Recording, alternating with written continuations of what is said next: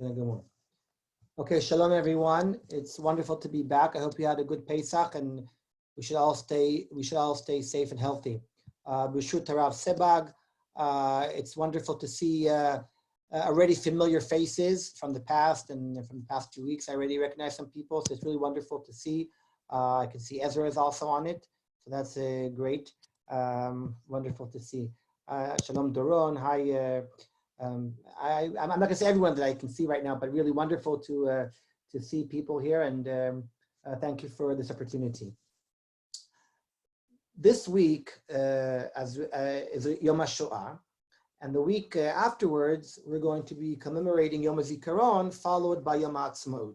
If you think about it, the time from now to Shavuot is a time filled with Chagim that have been made up in recent times.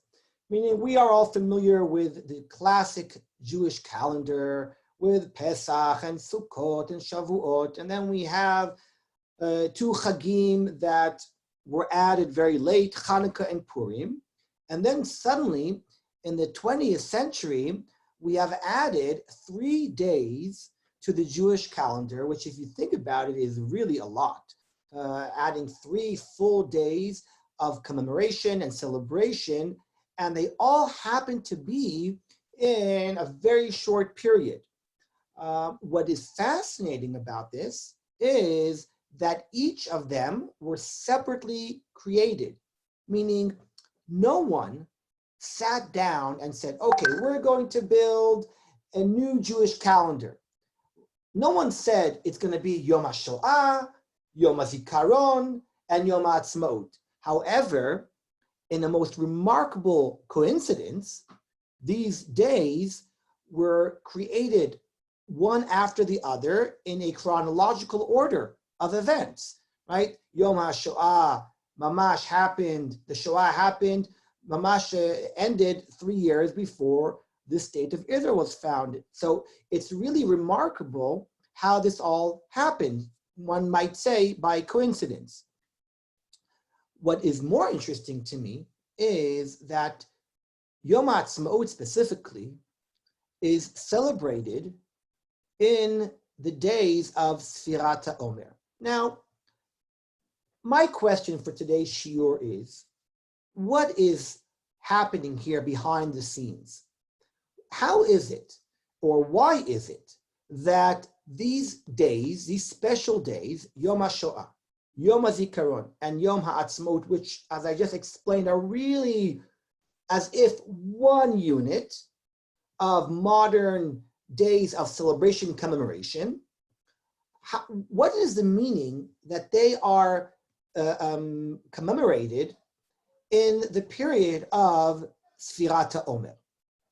Now, the cynics will say to me, oh, it's just a coincidence. It just happens to be that that's when these events took place.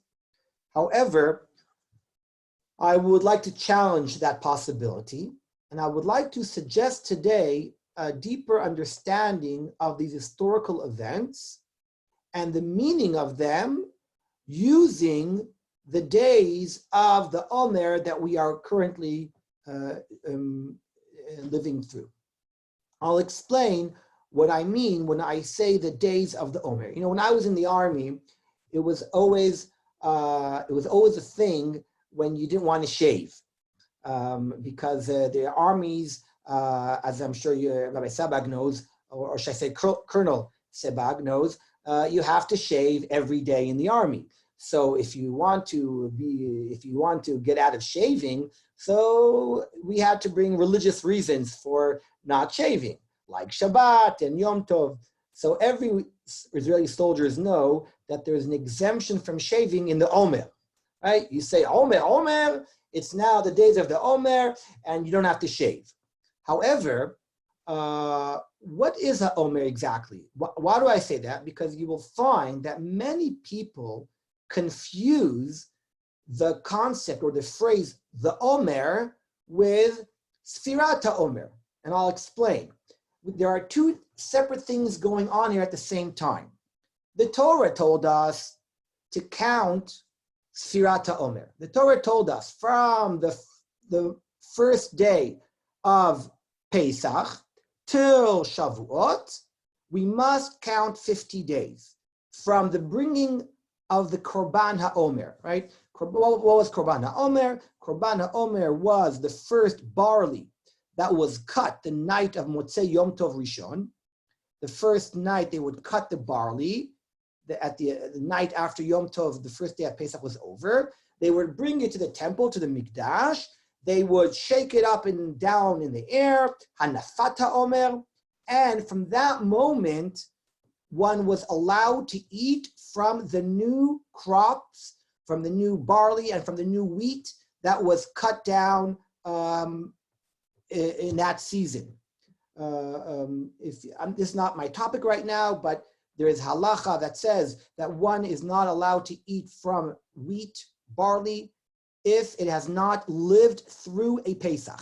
Meaning if something grows in the beginning of the year and is cut down, let's say Purim time, you're not allowed to eat it till Pesach time. What allowed you, what permitted you to eat from the new crops? The bringing of the Omer on the first day of Chol Hamoed. From that moment, from the Omer meaning the crop, the barley that was brought to the Beit Mikdash, from that moment, you have to count 50 days till the Shavuot. Now, those days are not sad days. They're happy days. We are getting ready for the Shavuot festivals. We are getting the Bikurim ready. There is no reason to assume that there is any reason to be sad in the days between Pesach and Shavuot. More than that, we know that Chodesh Nisan is a Chodesh Hageula. It's the month of redemption. And what is the best way for Jews to celebrate their freedom and redemption? Not to say Tachanun, right? When Jews don't say Tachanun in their davenings, we're all very happy. Have you ever seen a smile on a Jew's face bigger than the time when the Chazan says Kaddish and no Tachanun? It's a worldwide phenomenon that everyone is happy. So we know that we don't say Tachanun in all Chodesh Nisan because it's Chodesh HaGeula. If someone dies in Nisan, we don't do eulogies really because it's a happy month. So really, the month of Nisan from Pesach onward is a happy time. However, we know that at some point in Jewish history, the days between Pesach and Shavuot became days of mourning, of Avelut. Why is that? What happened that these days became days that are associated with sadness?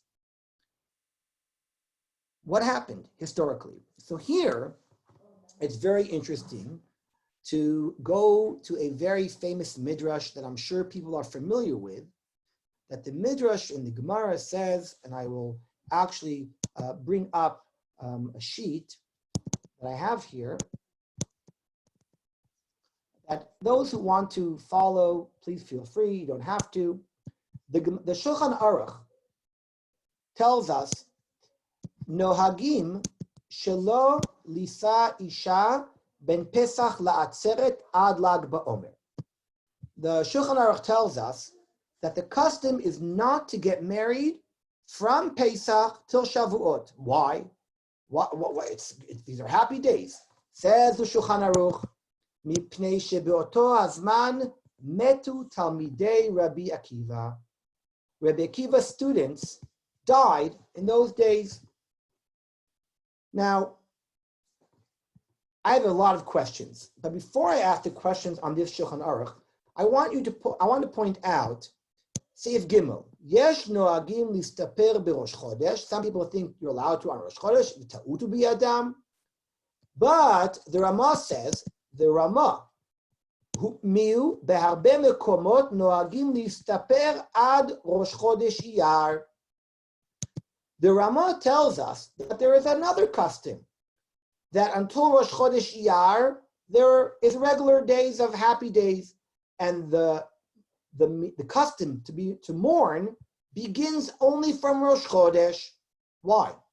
How did this happen that some communities started the laws of mourning from Pesach, and no one got married till Lag BaOmer, and some communities only began those customs from Rosh Chodesh. Now, by the way, the Rama explains, those who start from Rosh Chodesh have to go till Shavuot, and those who start on Pesach can go to Lag BaOmer. My question is, how did that happen? How did that happen that we have two different customs in Jewish in the Jewish world? Now, by the way, I would be very interested to ask people in this Sjioer if you could really quickly tell me what minhag you follow. What's a common minhag here in Holland? I don't know. Do people follow the minhag from Pesach or from Rosh Chodesh? I'd be happy to hear. Does any? I have a friend. I'm sorry. Yes. Rabbi Sebag, I think you're on. Are you on mute, or I can't hear you? No, you're not on mute. Rabbi Sebag, are you speaking? From Rosh Chodesh. From Rosh Chodesh. Okay. So, by the way, we just mentioned two customs. I have a friend who has a custom from Pesach till Shavuot, not to take a haircut and not to get married. Why is it that we have three different customs of when to begin and when to end these laws of mourning? So that's one question. My second question is, I think, much more of a serious question. The Shulchan Aruch says that the reason why we have mourning, why we have Avelut, is because Rabbi Akiva's students died. Now, my question is I want you to please listen carefully to my question because it's a very hard question. Since when in Jewish history do we have days of Avelut because of people dying? There is not. I mean, I'll give you an example. Moshe Rabbeinu dies. We all know when he dies. We don't have any special day for him. There's no Avelut.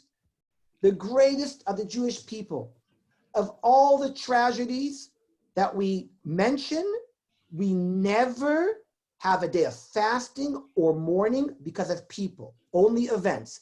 I know some of you are looking at me and saying to me, wait a second, Tzom Gedalia, right? Tzom Gedalia is the best proof that it's not because of a person. Because with all due respect to Gedalia, do you really think that we're fasting because of Gedalia? I mean, Gedalia is the greatest person in Jewish history, more than Moshe Rabbeinu and David HaMelech and the Rambam and Yeshua. I mean, I can go through everyone in Tanakh. Gedalia doesn't even begin to be, my father used to joke, the famous joke is, why do we fast for Gedalia? If he wouldn't have died and be killed at the time, he would have died anyway. I mean, meaning, why would we start fasting for a person that would have been long dead a long time ago? Gedalia wasn't such a great person that we have a whole day of fasting for him. What's the reason that we fast for Gedalia?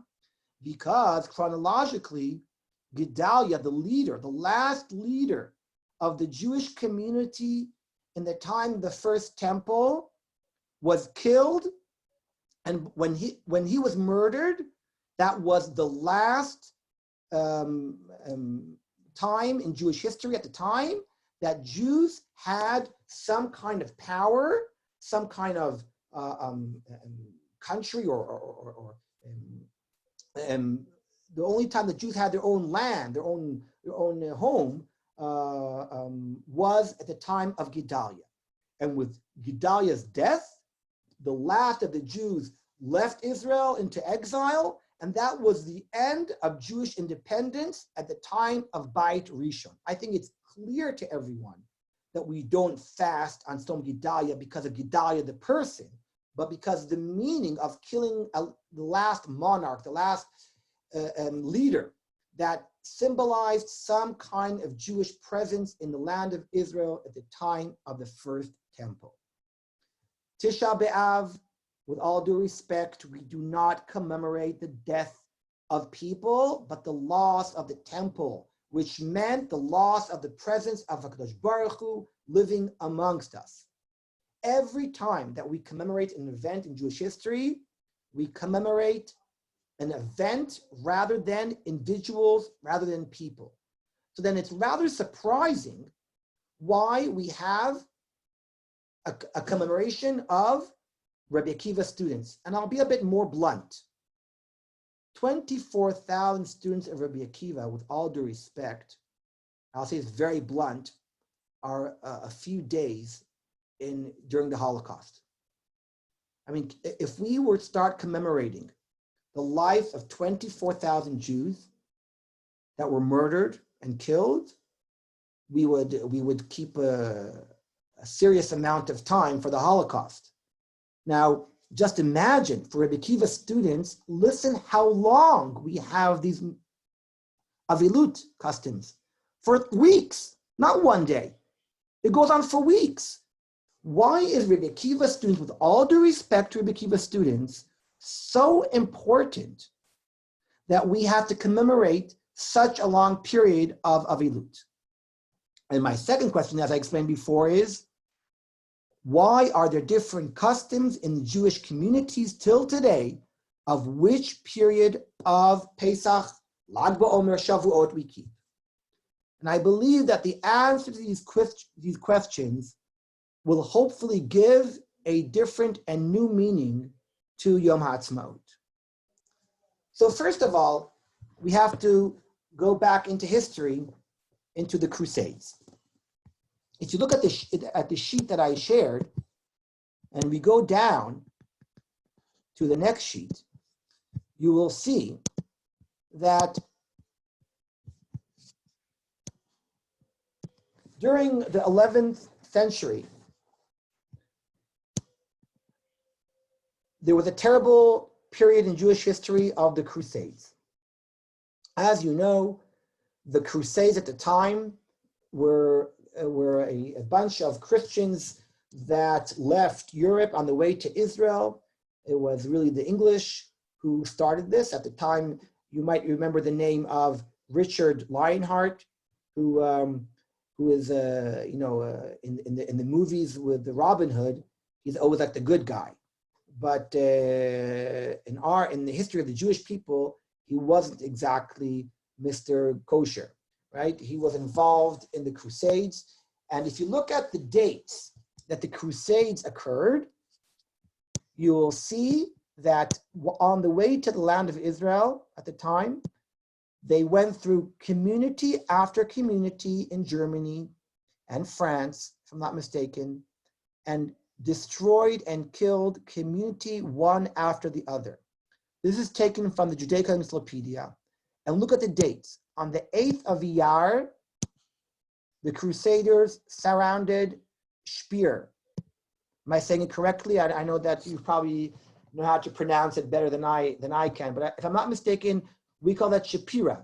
Am I right? Shapira comes from that name? Is that correct? Anyone can help me? I'm not sure. On the 23rd of Iyar, worms. Fire. Vermiza. Sorry? Fire. Thank you. Okay. Then they went on. The next attack was on the 3rd of Sivan. Okay. You can look all these terrible events, and goes on to Cologne on the 6th of Sivan. If you notice, the attacks of the Crusades took place between the beginning of Iyar till the beginning of Sivan. As a result, the Chachamim made up a prayer, Tfilat Ava Rachamim, that we say on Shabbat. I don't know what the custom in Holland is, but I know that every Jewish community around the world has different customs when they say that tefillah. Yeah. Do they say it every Shabbat in your community? No, not in Ashkenazi Jews. Okay. So interesting. So some people have the minhag of not saying Avarachamim on a Shabbat Mevrachim. Yeah.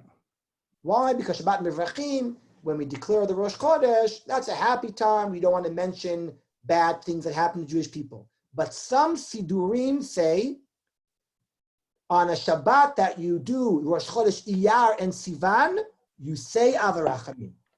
And there are communities that's the only time during the year that they say Avarachamim, because that prayer was written specifically to remember, to commemorate the Jews that were killed in these crusades. We say What twice, happened in Sorry? we say twice a year, the Shabbos before Shavuot and the Yeah. Shabbos before Tisha B'Av. Oh, Yeah. right. So historically, it goes back to the Crusades. And what's interesting is that as the minhag already was established, that after Pesach, people commemorate the loss of Rebbe Akiva's students, they started also commemorating the terrible tragedies of the Crusades. Rav Kook, the chief rabbi Rav Kook, Rav Aviad Yitzchak Cook, wrote, used to write short little poems on each month of the year. And on the month of Iyar, he writes, the blood of Rebbe Akiva's students was mixed with the blood of the Crusades, of the Jews that were killed by the Crusades, and led us to the customs of the mourning that we have till today. Now, what's fascinating is that in the Sephardi countries, I know this is like probably for some of you interesting. I know Holland is a country where there was a lot of influence of the Sephardi communities into an Ashkenazi community. But in Sephardi communities, as years went by, the events of Rebbe Akiva's students were less felt. But in the Ashkenazi communities, where the Crusades left their impact, the customs there actually became even more serious. You'll see a development of the customs of the Avilut developing even more in Europe, in the Ashkenazi communities that were affected by these events. So this can explain why some people moved the mourning from before Rosh Chodesh Iyar and pushed it from Rosh Chodesh Iyar till Shavuot. That it had to do with the events of the Crusades, which changed the customs of when to keep these laws of Avilut. But let me go back to my first question. What was my first question? My first question was, really, the death of Rebbe Akiva's students is a good enough reason to have such a long period times of Avilut? My suggestion, which by the way is not mine, is a theory which you can all argue with. I can't tell you that I cannot prove my theory right now, but the theory is that Rebbe Akiva's students did not die just in a random plague. Well, that's what it says, they died in the plague. It makes a lot of sense that the plague that Rebbe Akiva's students died was the Bar Kokhba rebellion. If we go back to Jewish history, we remember that in the year 70, the temple was destroyed. 3 years later was Mitzada. You might have thought that with Mitzada, Jewish presence in Israel was over, but that was not to be.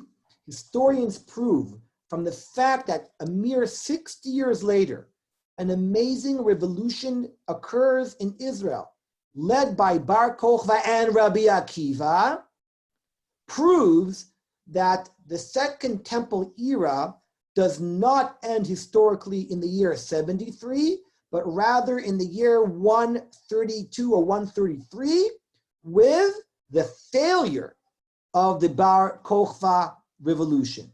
Because if within 60 years there are enough Jews in Israel to start a successful revolt against the Romans, that meant that there was a Jewish presence in Israel at the time, and it was a strong one too.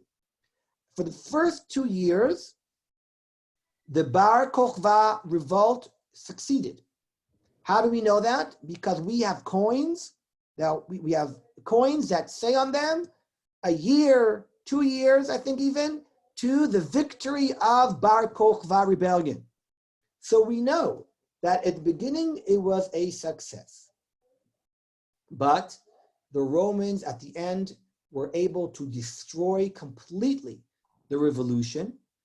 And historians, by the way, till today, when they talk about Bayit Sheni period, they put Bayit Sheni period, the end of Bayit Sheni period is at the end of the Bar Kokhba revolution. I don't know if there are any historians amongst you, so I have to be very careful.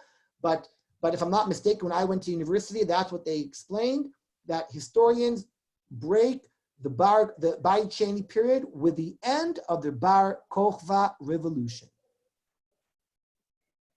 If what I'm saying is true, then when the Jewish communities following the Bar Kokhba revolution established a custom of mourning for the death of Rebbe Akiva's students, they were not commemorating merely the death of the students, but they were commemorating the failure of the revolution. And in other words, they were crying over the last time that Jewish presence in Israel. The end of Jewish sovereignty for the next 2,000 years. I've tried to prove to you before that the Jewish people do not commemorate just the loss of life, but what the meaning of the loss of life, what it goes together with. And if I'm not mistaken, the days between Pesach and Lag BaOmer were established to remember the failure of the revolution and the loss of Jewish sovereignty of Bayit Sheni, if you want the parallel to Tzom Gedalia. Tzom Gedalia is a commemoration of the loss of sovereignty of the first temple, and these days symbolize the lack of Jewish sovereignty of the second temple. Now, if what I'm saying is true, and I say you can argue with me, this is all a theory, then is it not incredible and unbelievable that Yom HaAtzmaut happens to fall just in the middle of these days? You know, when I was a Rav of Bnei Akiva in the UK, like 16 years ago, and I sent my kids to a Jewish school, and I was very upset when they came home from school, and I saw that they were not taught anything about Yom HaAtzmaut.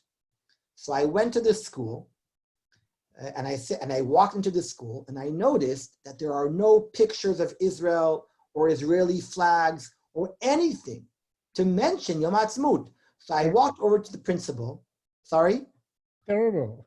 Yes. So I walked over to the principal, and I said, before Pesach and Hanukkah, I noticed that you had on the walls of your school all the themes of the Chag.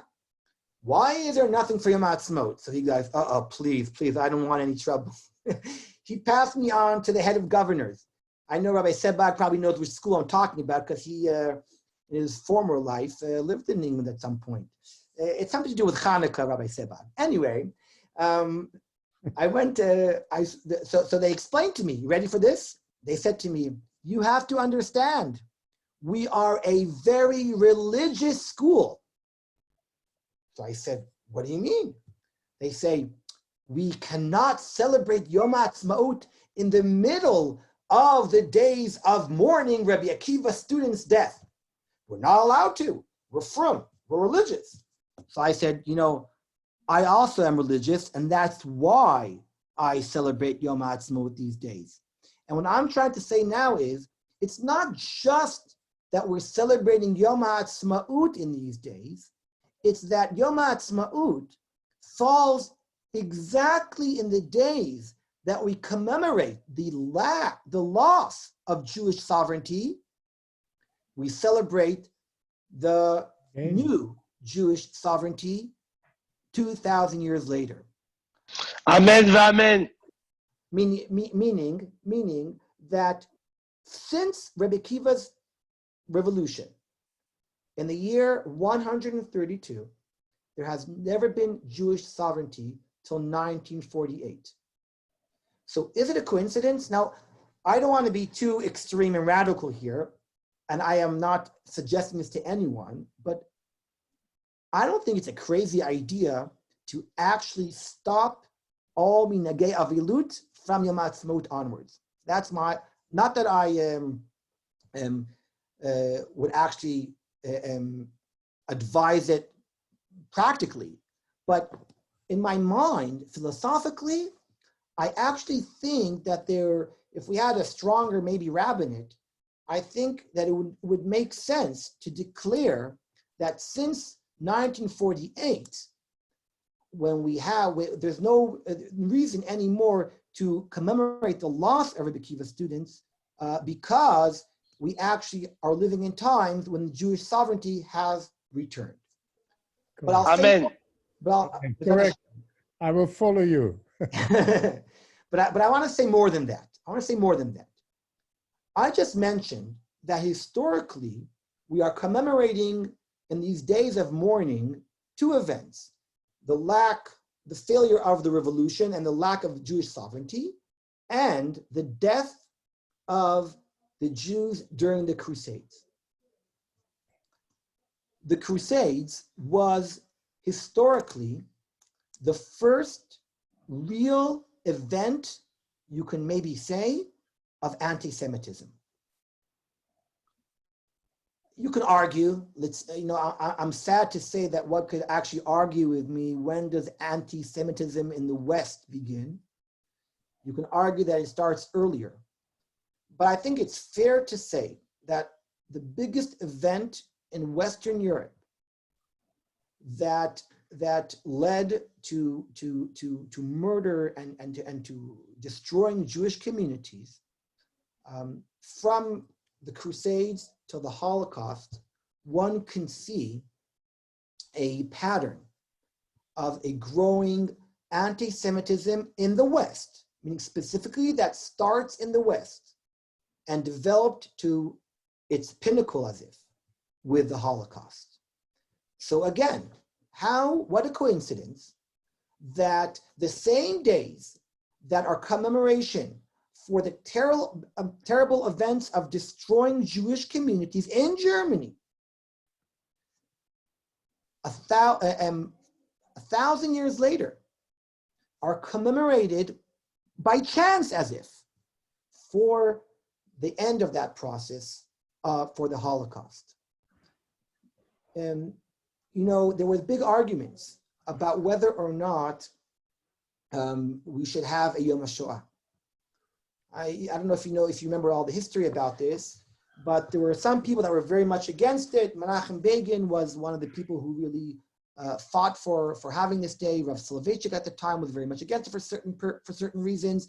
It wasn't very clear. More than that, there was a big question: if we would have a date for commemorating the Holocaust, which day should it be? I don't know if you know, but originally, when they suggested the date this week, the religious parties in Israel were against it. You know why? Because they said it's in Chodesh Nisan, and Chodesh Nisan is a happy Chodesh. We don't say Tachanun. It's Chodesh HaGeulah. And yet, they lost. And I think that in the heavens, they made this date. Why? Because we also commemorate, as I said before, the Crusades in these days, even though it's happy times. So it's just so natural for us to combine both events. On one hand, the Crusades with Yom HaShoah, which symbolize a historical period, one to the other, of growing anti-Semitism in Europe that at the end led to the Holocaust. And at the same time, we have a period that starts in the fall of Israel in the year 132 and ends with the state of Israel in 1948. I started by saying that each and every one of these dates were coincidental. No one planned it this way. But I strongly believe that when Am Yisrael made these dates, we did it with Ruach HaKodesh. We did it with some prophecy of a Torah She'Ba'al Peh idea that when the Jewish people make up laws and customs, it's not just a coincidence. It's not just by chance. There's someone up there that is pulling the strings and guiding us, that these days have very deep meaning in them. We are celebrating and commemorating the historical events that took place in the 20th century, but the origins of these events already started over 1,000 years ago. Excuse me, asking, when did we start with Yom HaShoah? I think after the 6 Days War. Is that correct? I think so, yes. Yeah. I think so. I'll just say one more word about that, by the way. So that's what I mainly wanted to explain today, that I think that the meaning of Yom HaAtzmaut in these specific days have special meaning when you look at the historical kind of background to all these events. I just want to say one last thing about Yom HaShoah, which is coming tomorrow night. Why was Yom HaShoah? Why is Yom HaShoah tomorrow night? There are many days that we could have chosen to commemorate the Holocaust.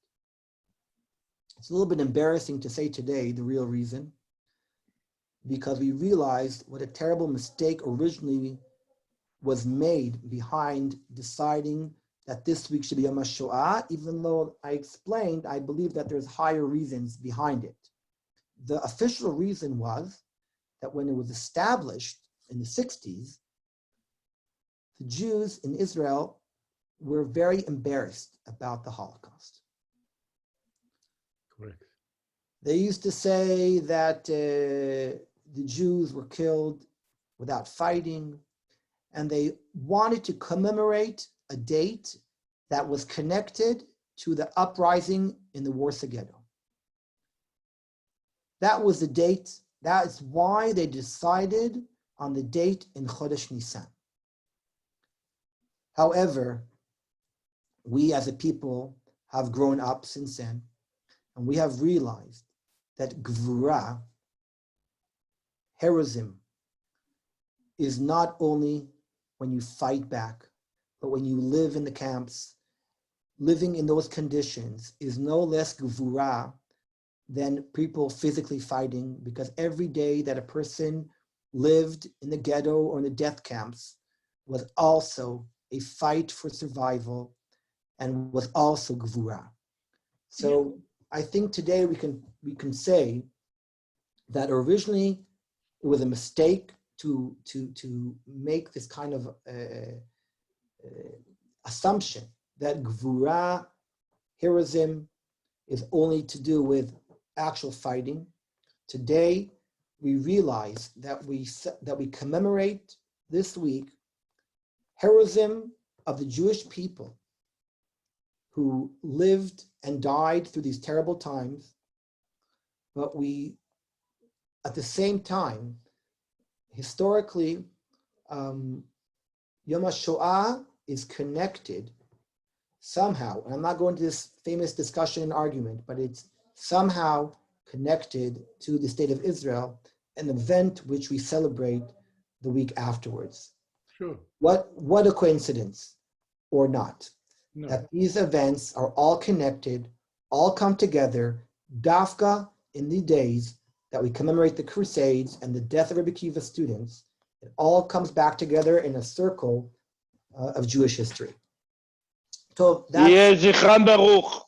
Bezrat Hashem, nachon. That was basically what I wanted to. That was my share for today. I hope that I made people think a little bit about these events, and I hope that the meaning of Yom HaAtzmaut has hopefully a different type of meaning now after understanding the connotation and the context of when Yom HaAtzmaut is being celebrated.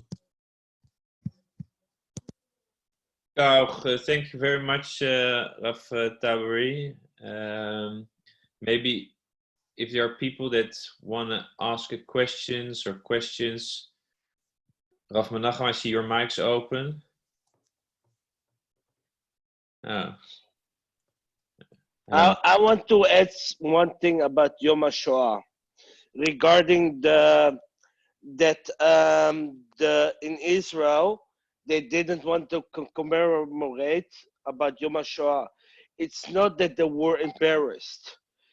It's more because Israel was in a lot of war and nobody had time